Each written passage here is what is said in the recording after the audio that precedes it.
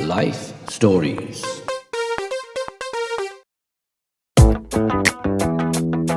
Good evening, everybody. How are you doing? I hope this finds you well. It's an absolute honour and a privilege to be here. Thank you very much to LifeStories for having me on to share the most important thing in my life, which is the gospel.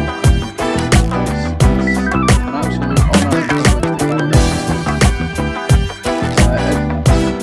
I'm just going to start quite simply from what led me to the point to when I was 25 years old, when I came to faith and made a conscious decision to give my life to Jesus and to follow him. And it was quite a journey. I grew up near the capital of Scotland, which is Edinburgh, in a place called Musselburgh, a small fishing town. I'm an only child, and my mum and dad, lovely people, but they worked every hour that they were given. You know, we were working class. We didn't have a lot, but you don't need a lot to love each other. You know, I spent a lot of my childhood on my own. As a result, I was always at my grandparents' house or with my cousins, and but I always longed to be with my mother and father more, but they were doing their very best to provide and keep a roof over our heads and keep us fed. And I was quite an anxious kid. I think some people would say high maintenance, but I didn't really know how to deal with anything emotionally. I grew up in a culture where you weren't really permitted to become emotional. If you were really happy and made too much noise, you were told to be quiet, or if you were really upset, or if you were badly behaved or naughty, you were told to go to your room. And I didn't have any emotional role models, so I was just quite anxious and unsure of myself most of the time. Although I'll be honest, I wasn't really aware of what that was until very recently, actually. Scotland isn't a very emotionally open country. I think the only place you're permitted to get emotional is at a football match. So it's just the culture that we grow up in. Especially for men, anyway. So I was quite anxious as a kid, and always seeking approval. Always felt like I had to prove myself, and then I found music at a young age, and music really kind of joined the dots for me in a massive way. I was able to focus all of this energy, which I thought it was energy, or this emotional energy anyway, and I was really quite good at it. I loved it so much that I was willing to put the time and the effort into practice, and I got offered a chance to go to a music school and eventually a music college, a really prestigious one. I didn't really understand how good it was until after I'd left, but by the time I was 15, my mum and dad had marital problems. They weren't Christian, but they just grew apart, and when they did separate, we lost everything. It was a really horrible time, and nobody took the time to explain to me what was going on either. So I just had so many unanswered questions, and to deal with all of this emotional stuff, I started drinking with my friends, drinking alcohol and blowing off steam, as many teenagers do in one way or another, whether it's sports or hanging out with friends. I found my resolve in alcohol and partying, but it took away this feeling of anxiety for me, and I thought, this is what I need to do in order to feel normal. And it was so far from normal, but I used to think that I loved drinking, but I just loved anything that meant I didn't have to sit in my own skin.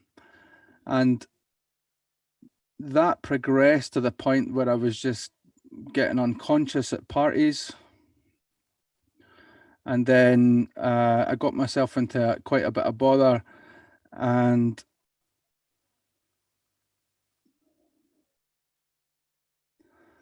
then I was in the wrong place at the wrong time, and somebody attacked me one night, and I nearly lost my life. They nearly beat me to death. And after that, I was so terrified of everything that my alcohol intake just increased exponentially. It just started to snowball, and It wasn't long before I was taking drugs, and things started to unravel very quickly for me. I started to lose friends, and relationships started to break down, and I started to move around from groups of friends and places. And the fact that I got into music college and moving to another city meant a fresh start for me, but I took all my problems with me and they just started again.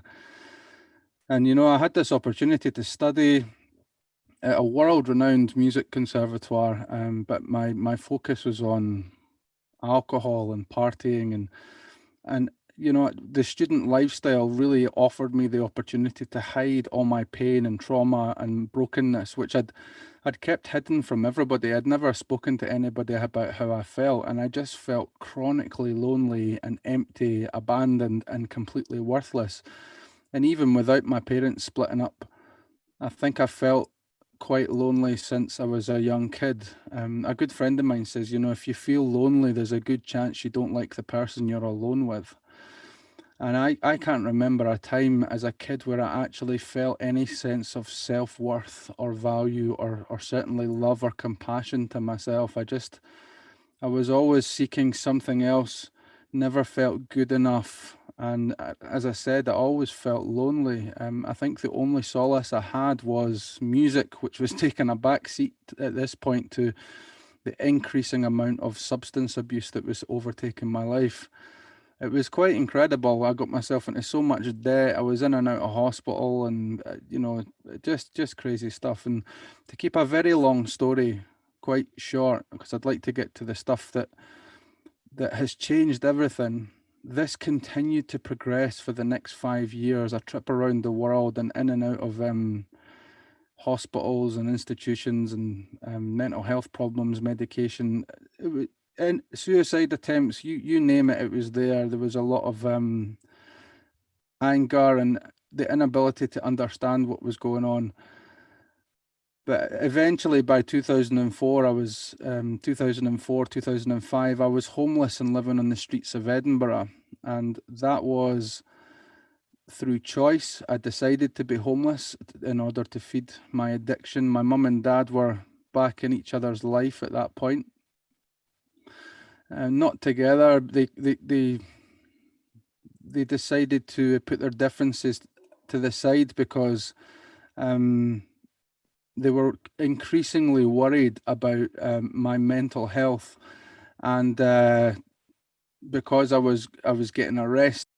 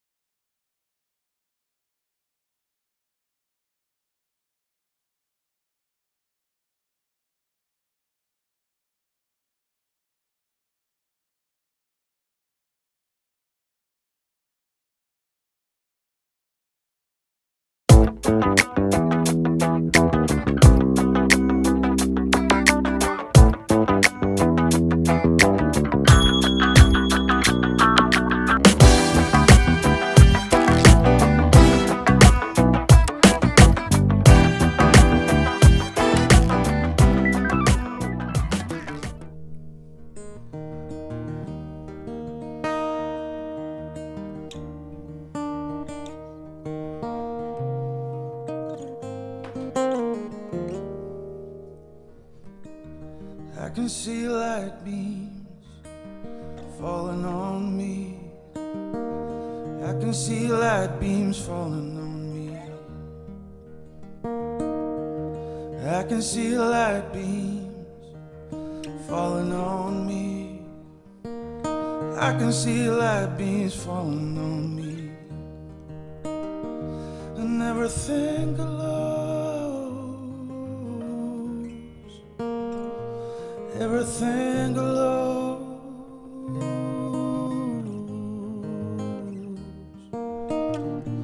Everything glows. You are with me wherever I go.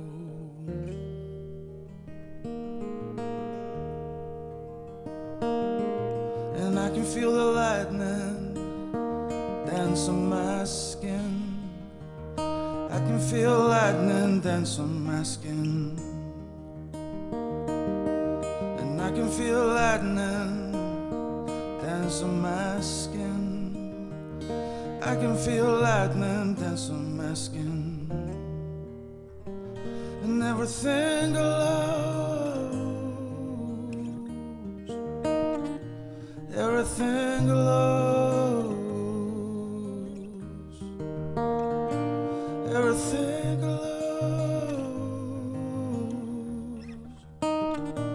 You are with me wherever I go, and I am alive, I am free. I feel the fire of love when I breathe. I am alive, I am free. I feel the fire of love when I breathe. Oh.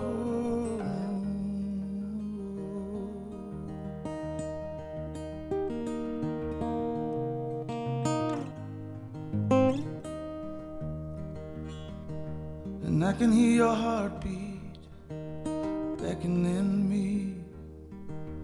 I can hear your heartbeat beckoning me. And I can hear your heartbeat beckoning me. I can hear your heartbeat beckoning me. And everything glows,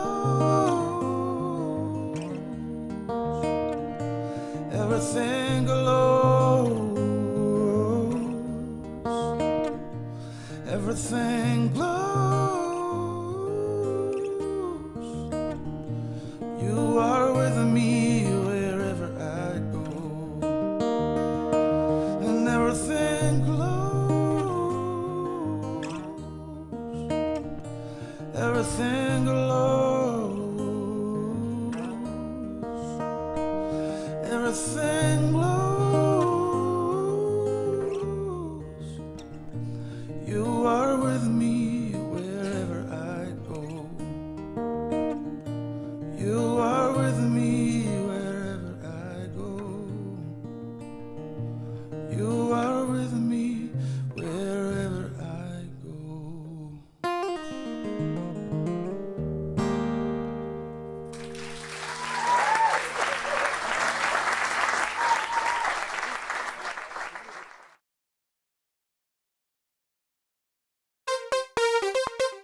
Life Stories.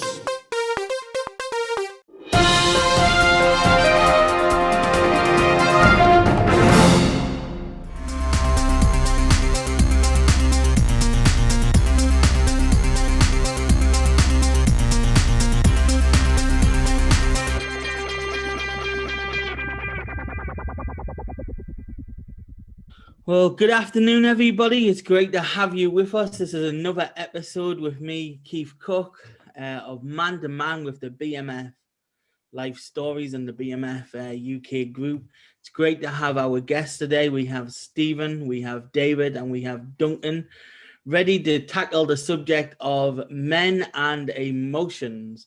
And we were just talking about haircuts before we got on, and you can see we've all done our hair ready for this video today. If you've got any advice for men underneath of how to keep their hair slick, please do message underneath. Would love that bit of advice, because you can get emotional about your hair, can't you? Especially when you're as young as me and it starts to go back and you start to realize you're going bald.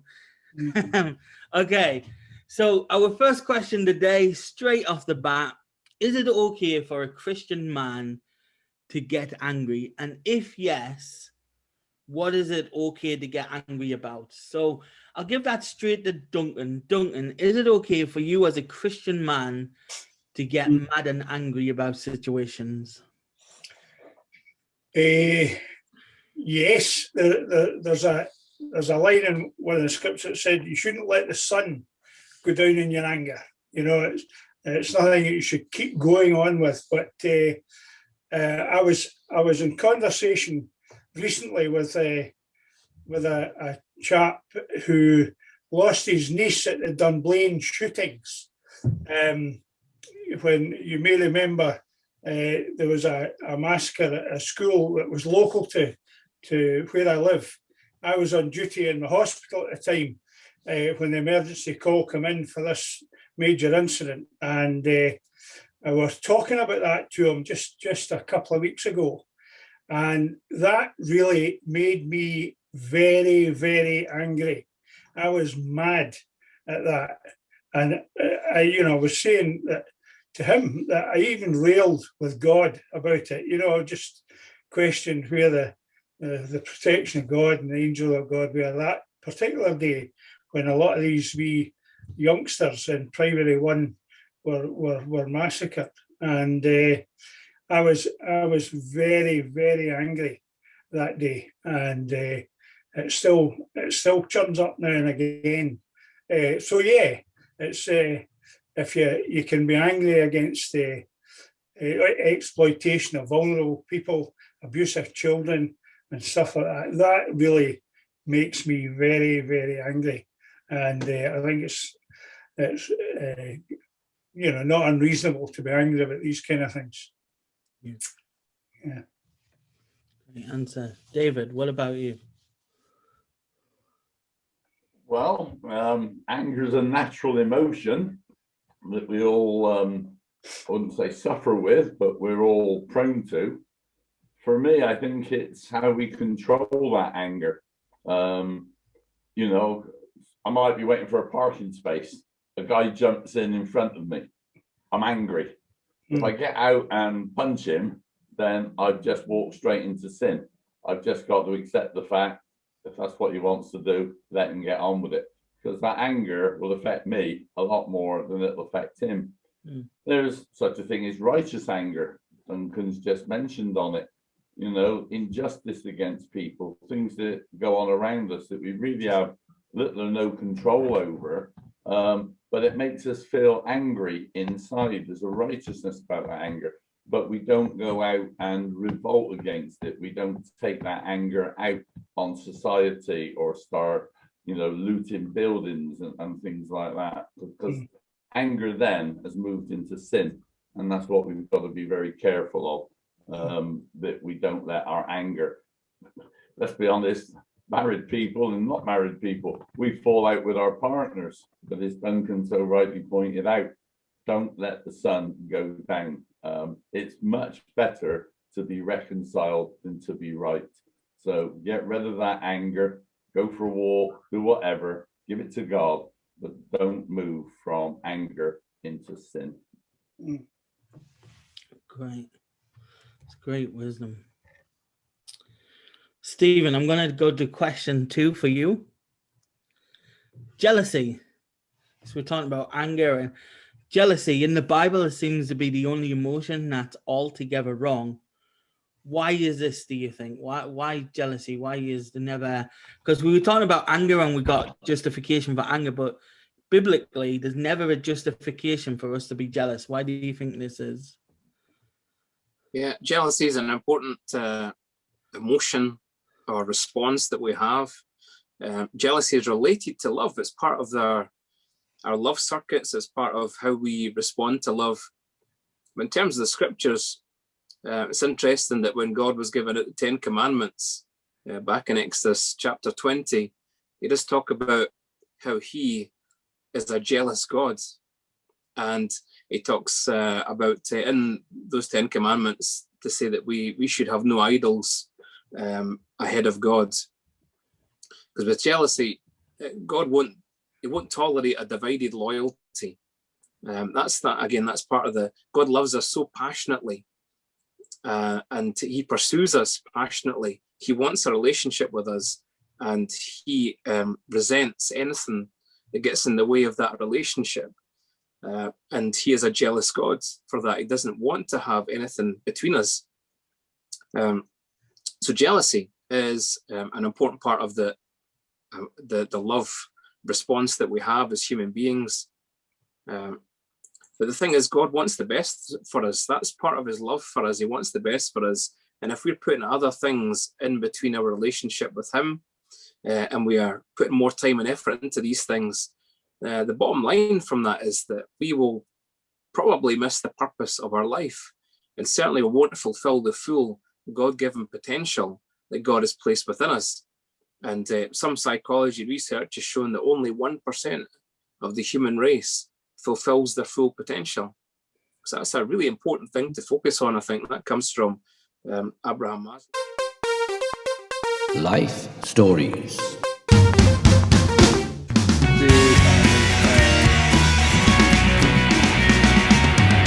Because I was waking up in hospital, and because I was, just putting my life on the line a number of times, and nobody could understand why I was doing it. I remember my father saying to me, "Son, just don't drink." But I'd passed that point of no return. I had become an addict. I'm pretty sure I was alcoholic by the time I was 17, and this was my sole focus in life. I just couldn't concentrate or focus on anything well at all. And to the best of my ability, I just I used alcohol to anesthetize the pain that I was in, because I couldn't find answers anywhere else. So by the time I got to 2004, 2005, I decided to become homeless in order to feed my addiction in peace, away from the persistent complaining and nagging of my parents. Well, that's how I perceived it. They were just so worried and frantically worried that they were desperately trying anything. My mum even got me arrested once because she was at her wit's end. She didn't know what to do with me.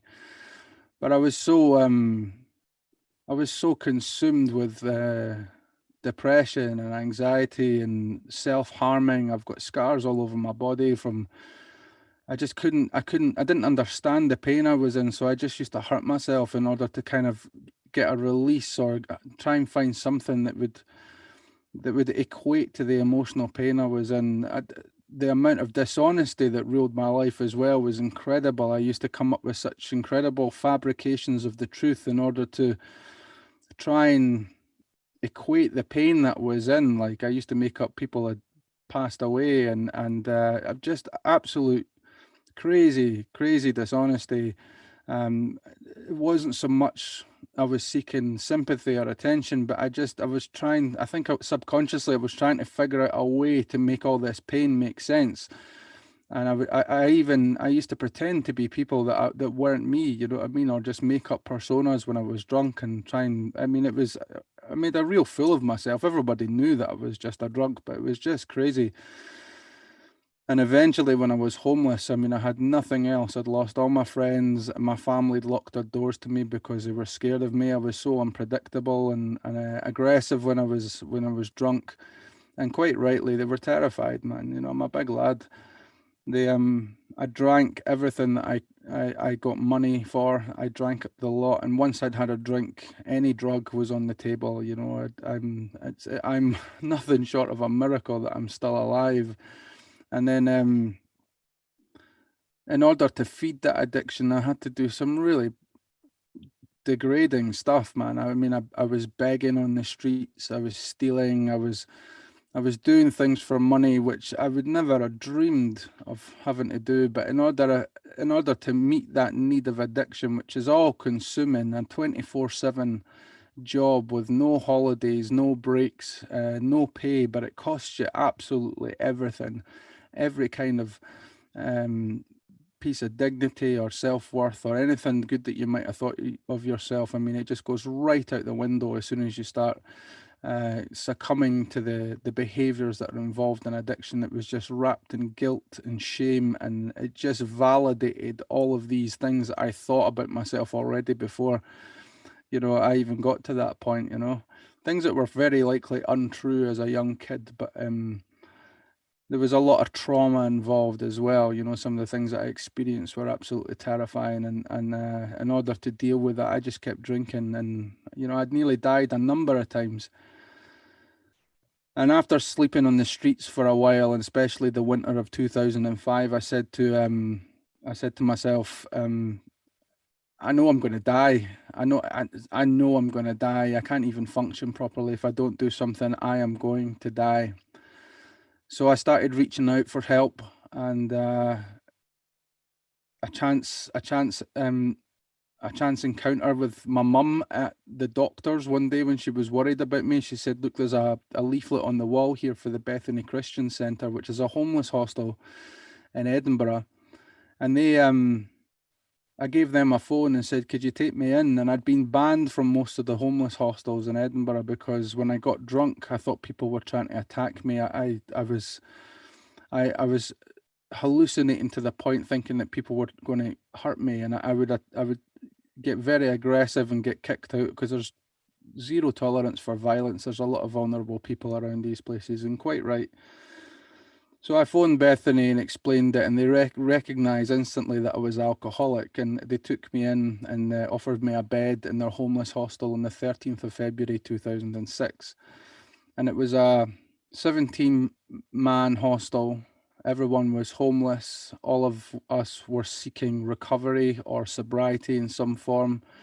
And I was just glad to be in a warm bed. I was glad to be somewhere that was safe, that there was rules that I just couldn't drink there. It was a dry house.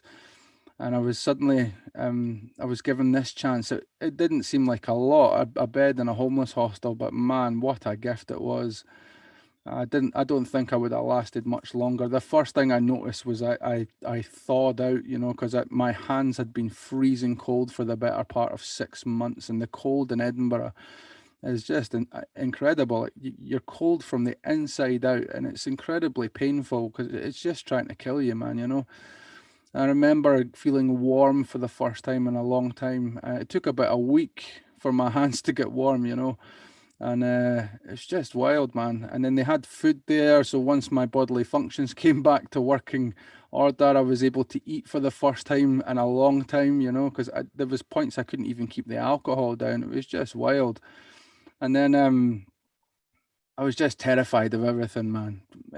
People just saying hello to me. I felt so out of my shell because it's very difficult to describe. I was just terrified, completely bewildered about what was going on. But they did have a recovery program which was very Jesus centered, because the Bethany Christian Trust is a Christian charity. Now I was cool with that, man. I mean, I've been to church as a kid with my gran.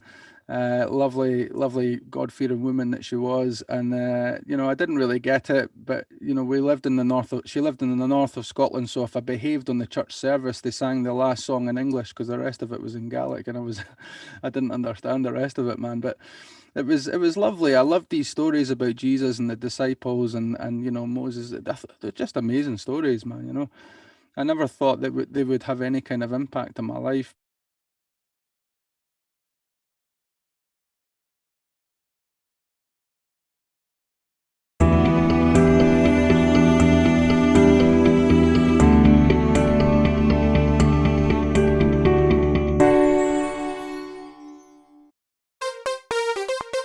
Life Stories.